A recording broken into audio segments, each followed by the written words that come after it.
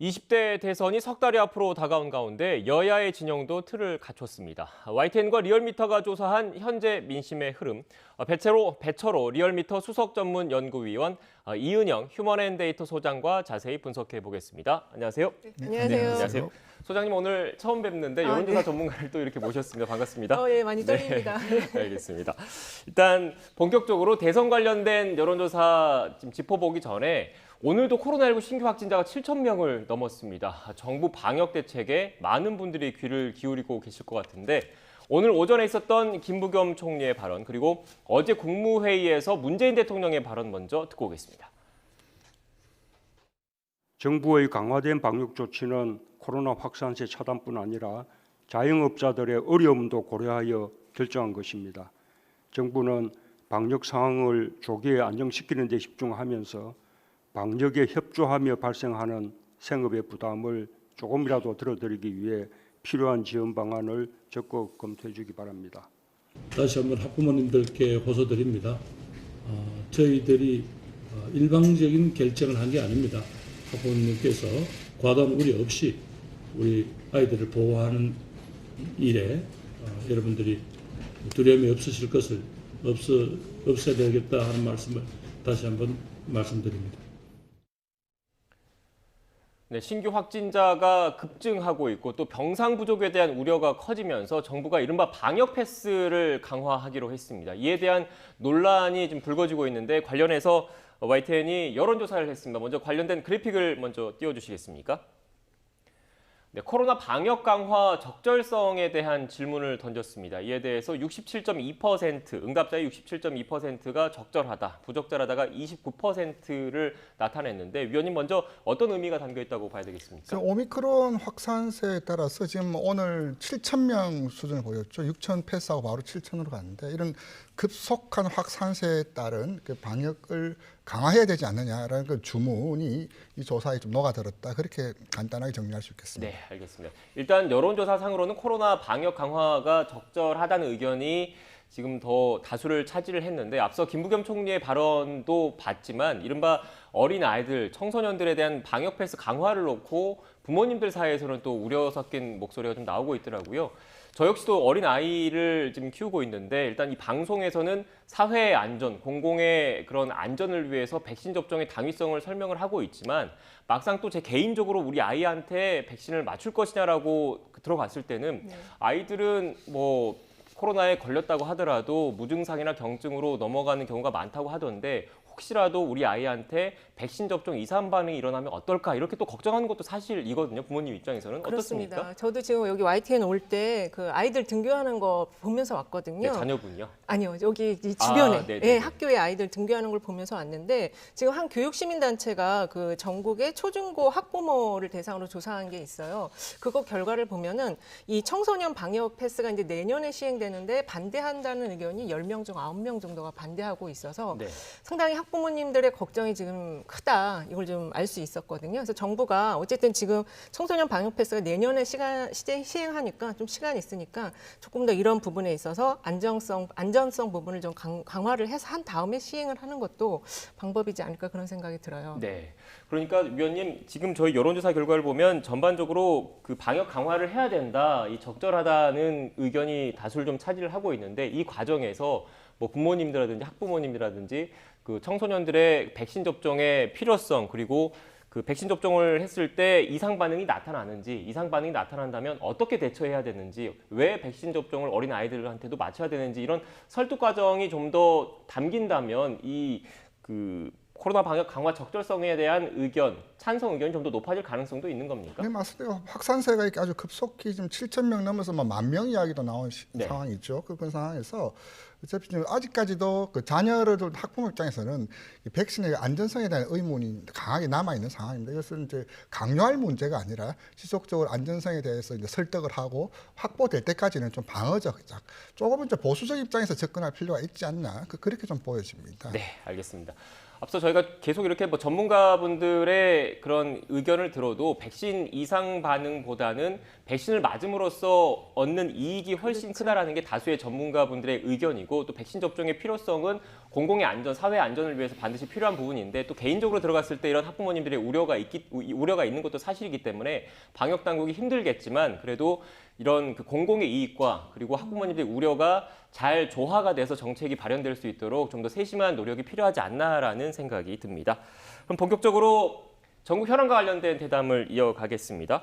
문재인 대통령 국정수행 평가가 어떻게 보면 임기 말인데도 상당히 높은 수준을 좀 유지하고 있는 걸로 볼 수 있습니까? 예, 좀 이례적인 경우죠. 네. 근데 지금 코로나 확산세에 따라서 이 앞에도 그런 패턴을 보였는데, 이 국기 결집 효과라 그럽니다. 즉 국가적 사회적 위기가 발생되면은 정부를 중심으로 뭉치자. 그래서 이제 국정 지지율 상승의 한 요인으로 좀 이전에 이제 코로나 팬데믹 상황에서도 그런 현상이 보였고요. 또 하나는 아무래도 선거가 이제 다가오면서 정부 여당을 좀 지키자는 결집력, 이 두 가지가 그 국정 수행 평가를 40% 수준을 꾸준히 유지하는 그런 요인으로 보입니다. 네. 소장님께서는 어떻게 보십니까? 어떻게 보면 그 최근 그 코로나19 신규 확진자가 급증하면서 네. 이른바 K 방역에 대한 우려도 사실 커지고 있는 게 사실이거든요. 근데 이렇게 견고한 지지율을 유지하고 있는 근본적인 이유는 뭐라고 보십니까? 아무래도 지금 수석 연구위원께서 말씀하신 것처럼 국기 결집 효과가 네. 좀 어려운 상황이니까 한 번 더 대통령의 힘을 실어주자, 이런 이제 응답 결과라고 보여지고요. 그렇지만 이 세부 속성으로 들어가면 20대, 60대 서울에서는 부정평가가 30%대예요.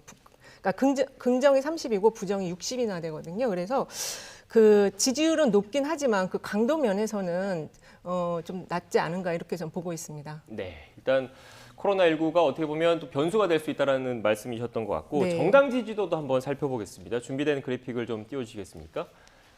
네, YTN과 리얼미터가 조사한 정당 지지도입니다. 일단 국민의힘의 지지율이 39.3%로 민주당보다 좀 앞서 있는 상황이거든요. 어떻게 봐야 될까요? 그 지금 지난 그 4.7 이후에 벌어졌던 그 지형이 그대로 굳어지고 있는데, 송영길 대표가 이렇게 당대표 취임하면서 정당 지지율을 35% 선까지 올리겠다. 즉 뭐냐면 대선을 승리하려면은 기본적으로 이슈 정책도 있지만 정당 지지율은 그 펀더먼털을 갖춰야지. 그렇다면 35라는 수준이 나온 배경은 최소한 국민 3명 중 1명은 우리를 지지하게끔 만들겠다. 그리고 나서 무당청을 흡수하는 그런 이제 방정식 셈법에서 35라는 숫자가 나왔는데요. 지금 어저께도 뉴스 나왔지만 청년 간담회에서 이재명 후보를 만난 한 청년이 그런 말했어요. 이재명 후보는 좋아하는데 민주당은 별로 마음에 안 들어요. 네. 이제 그런 이제 비호감이 이제 그대로 남아 있는데, 지금 이제 한편으로는 이제 이재명 후보가 이런 메타버스 정책 투어를 하고 있지만, 송영길 당대표 입장에서는 그 펀더먼털이라고 할 수 있는 정당 지지율을 어떻게 30 중반까지 끌어올리느냐, 계속 그 간격을 오차범위 밖 흐름을 유지하고 있는 것은 민주당 입장에서는 굉장히 좀 아픈 대목이다. 그렇게 말씀드릴 수 있습니다. 네. 일단 지금부터는 이 본격적으로 이 여론조사 결과가 궁금해서 이전에 이 배경 설명을 할 수 있는 여론조사 결과를 먼저 보여드렸는데, 가장 궁금한 내용이겠죠. 대선 후보들 그 여론 추이가 어떻게 되는지 먼저 다자 대결일 경우에 한번 살펴보겠습니다. 준비된 그래픽을 띄워주십시오. 네, 소장님, 이거 어떻게 해석해야 될까요? 일단은 지금 두 후보 모두 다 상승을 했거든요. 네. 그래서 이번 리얼미터 조사가 그 이제 국민의힘의 선대위가 이제 봉합된 이후의 첫 조사다 보니까 윤석열 후보에게도 그 소폭이나마 컨벤션 효과가 있었다. 1.6%포인트 상승했고, 이재명 후보도 지난주와 그 전주에 이어서 계속 2주간 호남을 메타버스를 이동을 했었거든요. 그래서 그거에 대한 어떤 지지가 약간 상승한 것이 아닌가, 이렇게 볼 수는 있는데, 어쨌든 그 격차가 여전히 오차범위 밖으로 이어지고 있어요. 그래서 그 이재명 후보가 앞으로 남은 그 기간 동안에 이제 저 골든 크로스를 어느 시점에서 만들 수 있을 것인가, 그게 정당 지지율과 다 연동해서 봤을 때 조금 더 큰 과제가 되지 않을까, 이런 생각이 듭니다. 네, 위원님께 이 질문을 드리겠습니다. 앞선 그래픽 다시 한번 좀 띄워주시겠습니까? 이번 조사 기간이 12월 6일과 7일 월화지지 않습니까? 근데 제가 궁금한 지점이 계속 선대위를 놓고 갈등 국면이었던 국민의힘이 지난 금요일이죠. 지난 금요일 날 이른바 울산 회동을 통해서 극적으로 봉합이 됐습니다. 근데 일부 여론조사가 최근 나온 게 있긴 하지만 제대로, 그러니까 주말을 지나고 나서 제대로 그 관련된 이슈가 반영된 게 YTN과 리얼미터 조사가 사실상 좀 처음이지 않을까라는 생각도 드는데 어떤 의미가 있을까요? 이를테면은 지난 월요일 항상 조사는 네. 발표 시기가 아니라 조사 실시 기간을 봐야 됩니다. 조사 기간. 네. 근데 이제 월요일에 발표된 조사들이 금요일, 토요일 이제 그 KSOI 조사가 그렇고요. 오마이뉴스 리얼미터 조사는 월화수목금 조사였습니다. 그렇기 때문에 이른바 울산 회동 그리고 이제 컨벤션 선대위 출범 이와 관련된 영향력은 지극히 제한적이거나 부분적이었는데요. 저희 조사가 이를테면 울산 회동 그리고 선대위 출범의 효과를 그나마 반영한 첫 조사다. 그렇게 좀 의미 규정을 할 수 있겠고요. 네. 어쨌든 이재명 후보 같은 경우는 연이은 호남 방문 그리고 아까 이 소장님 말씀하셨듯이 이제 메타버스 정책 발표 그리고 또 사과 발언.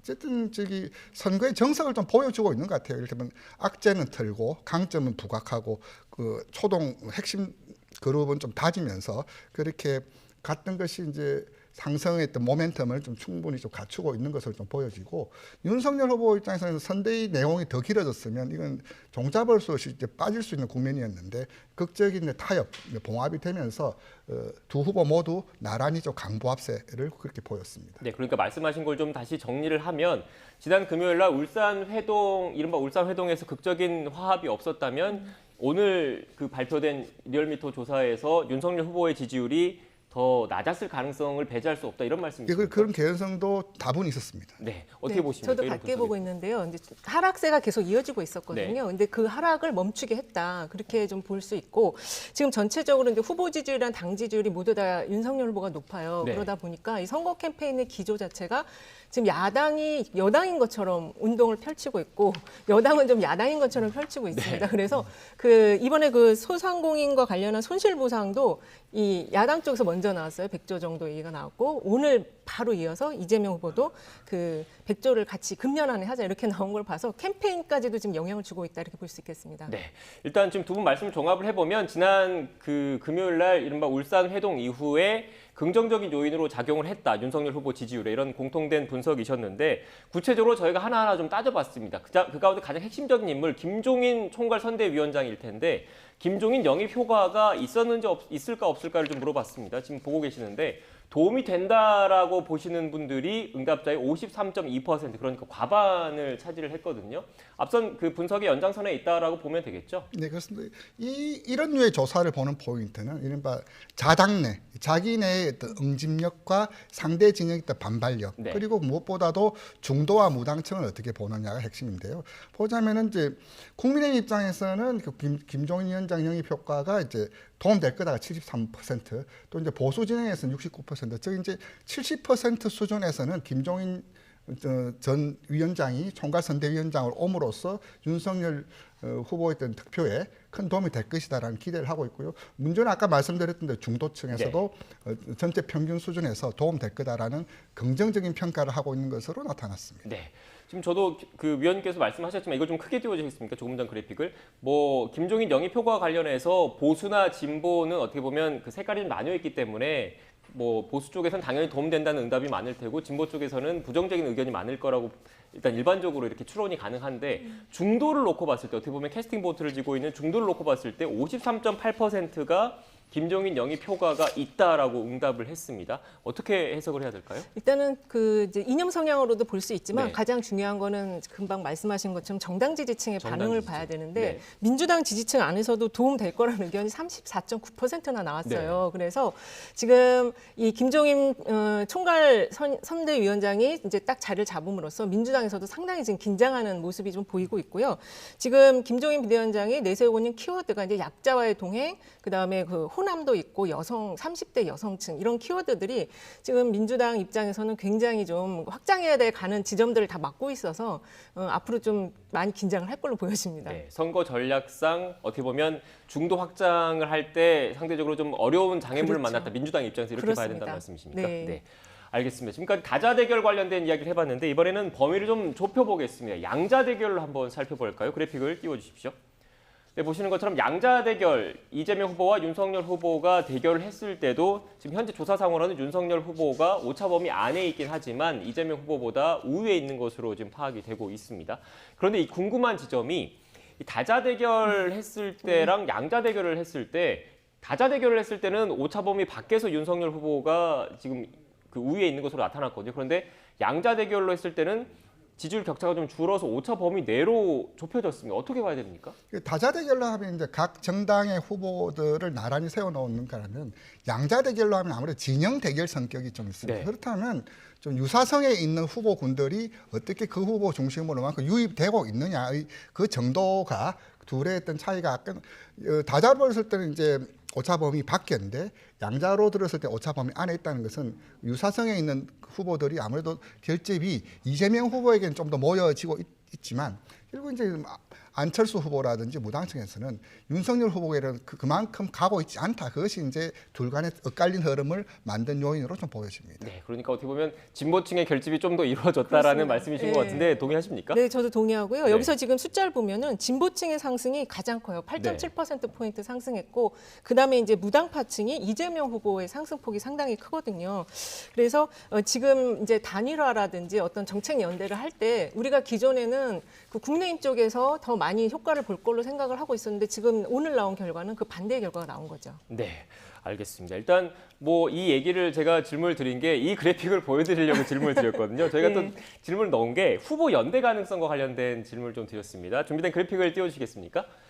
네. 다자 대결에서 양자 대결로 좁혔는데 현재 저희 조사 결과만 놓고 봤을 때는 이른바 진보 성향의 유권자분들이 조금 더 결집한 것으로 나타났습니다. 그래서 그 후보 연대 가능성에 대해서 질문을 드렸는데 연대 가능성에 대해서는 낮다라는 응답이 지금 60.2% 과반을 지금 차지했습니다. 이유가 뭘까요? 아직까지는 그 제3지대 후보들의 움직임이 그다지 좀 뭐 지금 그저께 이제 첫 모임을 안철수 이제 심상정 안철수 두 분이 가졌지만은 네. 아직도 제3지대의 어떤 구체적인 파괴력이라 그럴까 영향력이 그다지 보이지 않고 또 무엇보다도 각 진영 결집이 우선이기 때문에 연대는 조금 있다가 좀 보자라는 그런 측면도 좀 적잖이 좀 있는 것 같고요. 결국 이제 나중에 그렇다면 이번 지금 상황이 대선 구도의 완성이냐 또 다들 그렇게 보지는 않습니다. 결국 마지막 구도의 완성은 진영 간의 단일화 또 후보 간의 단일화를 볼 텐데 아직까지는 조금 그 입장을 좀 보류하는 관망청이 아직까지 두텁게 남아 있다. 그것이 이 지표를 해석하는데 좀 보는 포인트 아니냐 그렇게 좀 네, 보여집니다. 위원님이 말씀하실 때 또 그래픽이 하나 또 네. 새로 나간 게 있습니다. 그렇다면 만약에 단일화를 성사가 됐을 때 대선 결과에 영향을 줄까라고 물어봤더니 영향 못 줄 것이다라고 얘기하신 분들이 과반이었습니다. 51.4%였는데 어떻게 분석해야겠습니까, 소장님? 일단은 그 제3지대 사이즈가 네. 두 자리 숫자에서 한 20% 정도 되면은 충분히 이제 그렇게 생각할 수 있는데 지금 그게 10% 정도거든요, 합하면. 그래서 안 될 거라고 보는 거는 그 제3지대에 있는 후보들의 어떤 비호감도 영향이 있고 영향을 주지 못할 거라는 거는 그 사이즈가 작기 때문에 저렇게 생각을 하시는 것 같습니다. 네. 일단 좀 말씀하신 내용을 좀 들어보면 결국은 지금 현재까지 관망세 아직 그 대선까지 좀 시간이 좀 많이 남아 있기 때문에 관망하는 무당층이나 중도층 성향의 유권자분들이 좀 계신 것 같다라는 지표가 그런 그 성향이 지금 지표를 통해서 나타나는 거고 그렇죠. 지금 뭐 제3지대 그 안철수 후보, 심상정 후보 모두 열심히 지금 뛰고 있기 때문에 앞으로 이런 추이가 어떻게 좀 되는지 좀 지켜봐야 되겠지만 현재만 놓고 봤을 때는 아직 그 거대 양당 후보를 후보의 벽을 넘기에는 좀 한계가 있다라는 점이 이런 결과에 나타났다 이렇게 봐야 되는 겁니까? 네, 그렇게 볼 수 있을 것 같고 원심력이 앞으로 가면 갈수록 커질 거예요, 양당으로. 네. 알겠습니다. 그렇다면 이 성향별로 차근차근 어떻게 되는지도 한번 좀 짚어보겠습니다. 앞서 간단하게 좀 말씀을 좀 드리긴 했는데 대선 양자 대결과 관련해서 이념 성향별로 어떻게 지금 나타나는지 좀 한번 살펴보겠습니다. 그래픽을 좀 띄워주시겠습니까? 네. 일단 대선 양자 대결 앞선 그래픽 보여드렸는데 이 가운데 그 보수, 중도, 진보 이런 성향분들의 어떻게 비율이 차지하고 있는지를 좀 나타내는 그래픽이거든요. 설명을 좀 해주시겠습니까, 위원님께서? 아까 이 소장님께서 정확한 포인트 네. 지적해 주셨는데 이번 조사의 특징은 뭐냐면 진영 내 응집력에서 네. 진보층의 응집력이 보수층 응집력보다 높았다. 이 점이 이제 특징적일 수 있는데 지금 그렇게 봐야 되는 겁니까? 지금 그렇죠. 이재명 후보는 74.2% 진보 성향 파란색이니까 74.2%인데 보수 윤석열 후보는 윤석열이 70.8% 이걸 말씀하시는 그렇죠, 겁니까? 맞습니다. 네. 진영 내 이제 응집력인데 이제 이것을 가능케 한 요인은 지난 그 이재명 후보가 4박 5일, 2박 3일 연이은 호남 방문을 했지 않습니까? 네. 그래서 이제 호남에서 이제 지지율이 터져주지 않으면 전체 지지율을 상승하기에는 굉장히 좀 어려움인데 그것이 어느 정도 좀 통했다. 그리고 이제 일련의 정책 행보, 그리고 이제 문재인 정부가 이제 원전, 부동산에 사과를 통한 유연적인 좀 차별화, 그리고 이제 무엇보다도 이제 이렇게 가다가는 대선에 지질 수도 있다라는 그 위기감, 이런처럼 요인들이 좀 복합적으로 작용하면서 이재명 후보의 전체적인 흐름이 우상향으로 좀 자리를 잡고 있는 요인, 그렇게 이제 응집력의 차이가 이번 조사에서 가장 좀 특징 있는 포인트다. 좀 그렇게 좀 보여집니다. 위원님께서 자연스럽게 제가 질문 던질 거를 살짝 언급을 해주셨는데 호남 말씀을 해주셨잖아요. 호남 방문. 그래서 지역별로도 한번 살펴보겠습니다. 크게 좀 띄워주시겠습니까? 네.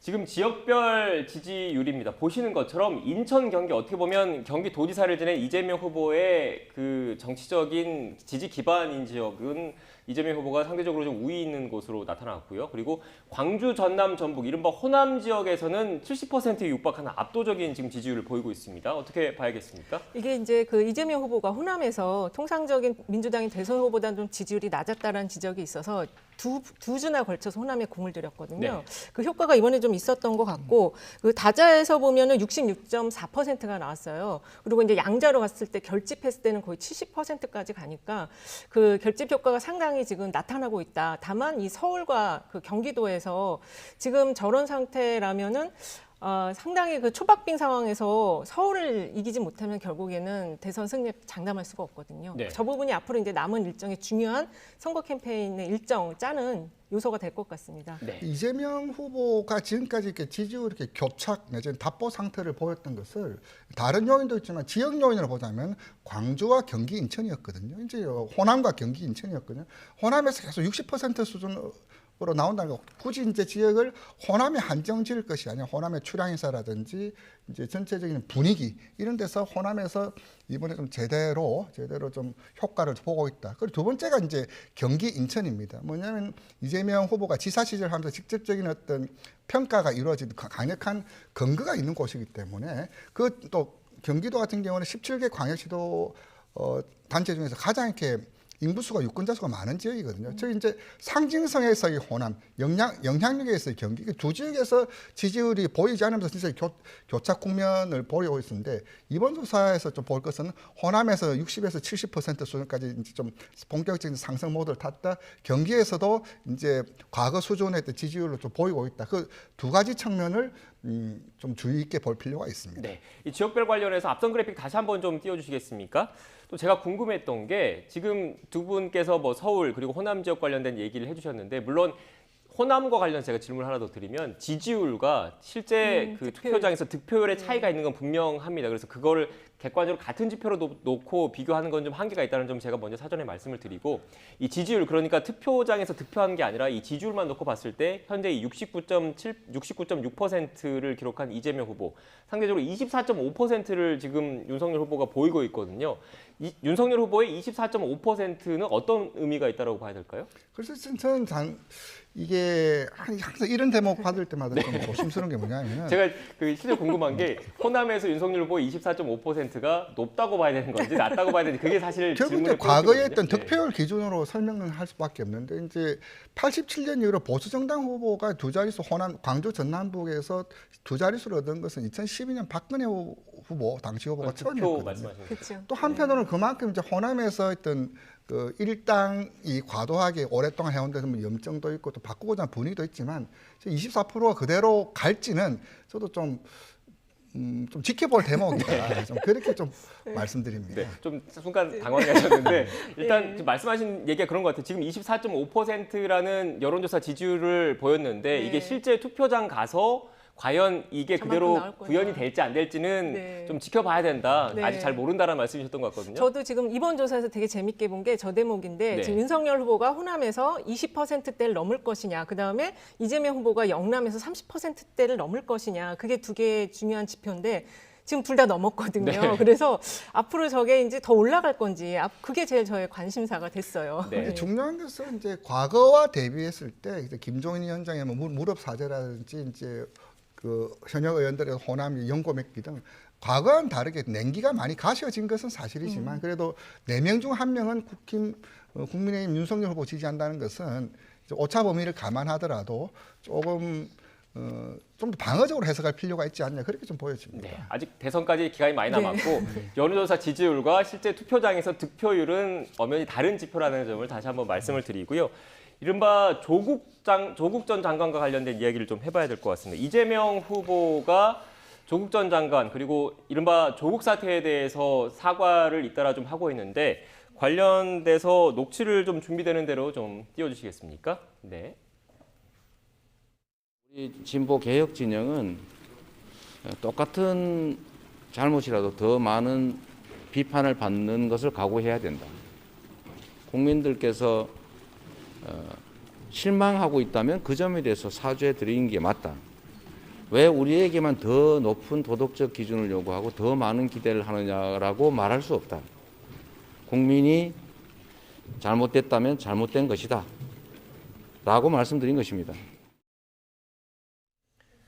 네, 소장님, 일단 지금 이재명 후보가 조국 전 장관과 관련된 이른바 조국 사태 그리고 부동산 정책과 관련해서는 계속 사과하는 모습을 네. 보이고 있지 않습니까? 네. 이게 여론의 추이에 미치는 영향이 그만큼 크다 이런 분석 때문일까요? 네, 맞습니다. 왜냐하면 이제 지금 이재명 후보를 그 지지하는 층 중에서도 또 민주당을 싫어하는 층이 있고 현 정부에 대한 평가를 부정적으로 하는 층이 있거든요. 네. 그래서 그 지금 이재명 후보가 부동산 문제와 그 조국 사안과 관련해서 계속 사과를 하고 있고 그것이 어떻게 보면 차별화의 요인으로 작동을 하고 있는 것 같습니다.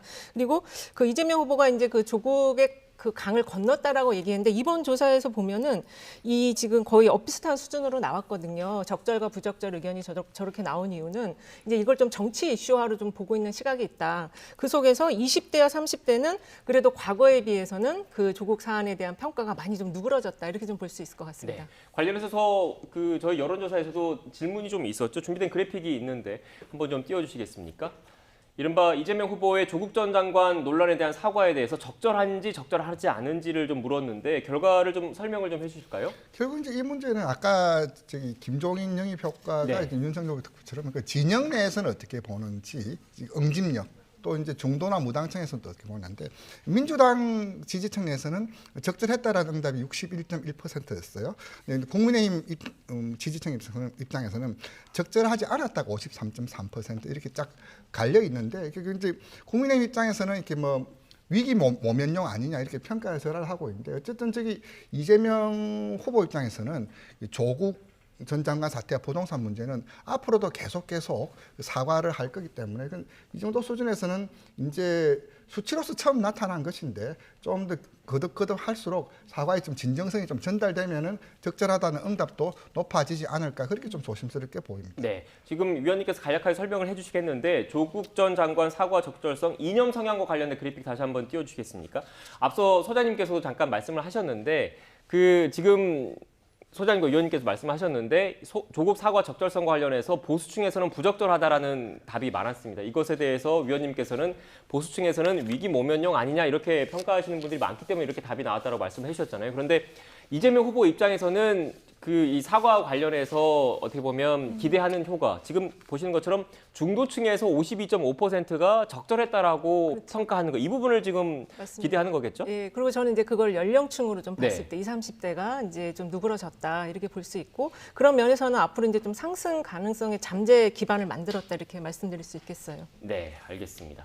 일단 관련해서 쭉 저희가 여론조사 결과를 좀 살펴봤는데 지금 코로나19 사태가 계속 이어지면서 지금 신규 확진자가 처음으로 7천 명을 넘어섰습니다. 지금 앞으로도 신규 확진자가 더 늘어날 가능성도 배제할 수 없는 상황인데 이런 그 코로나19 상황이 대선 전국에도 영향을 미칠까요? 맞습니다. 이번 선거는 좀 코로나 선거라고 봅니다. 이제 코로나가 이제 좀 어느 정도 거치면 이제 피해 어떻게 복구할 거나지만 전 뭐냐면 이제 이 코로나를 통해서 정부의 역할은 뭐고 정치의 역할은 무엇이고 리더십은 어떤 리더십을 보여줘야 되느냐 이것이 이번 대선을 보는 하나의 또 시대 정신이라고 볼 수 있고요.